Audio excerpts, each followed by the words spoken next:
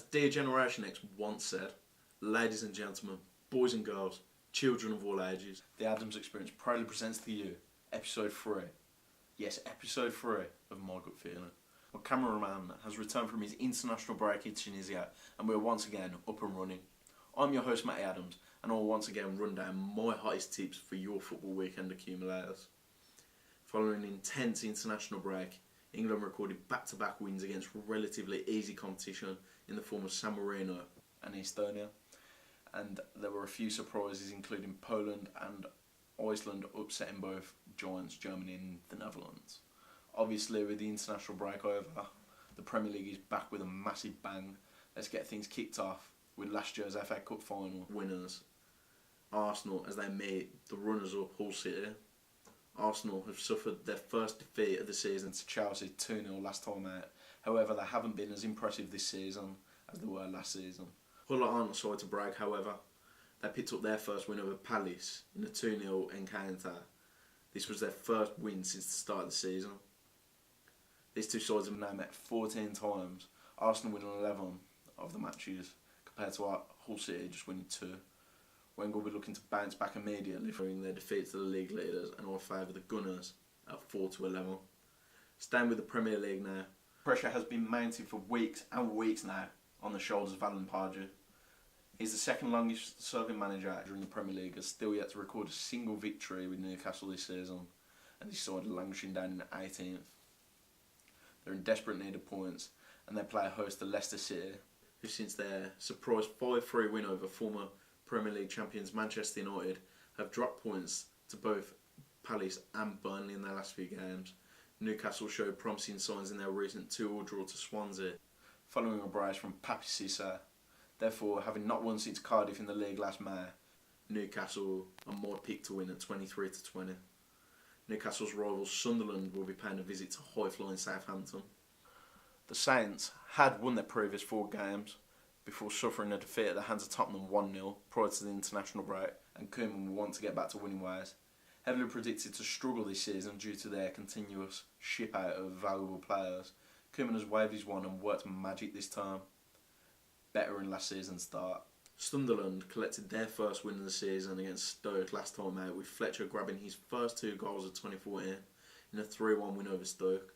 Sunderland haven't lost to Southampton since January 2003. A run of 8 games in all competitions.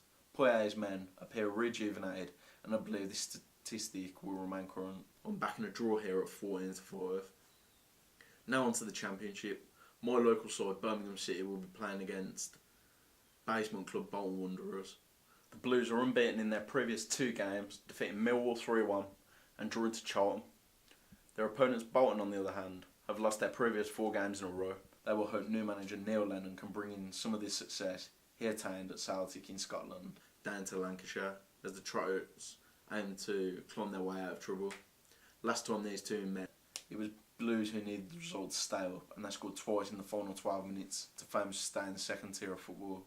I'm going to back the draw at 12-5, having originally changed my prediction to Bolton in midweek on the radio show on the Tilton Talk Show due to the income of Neil Lennon.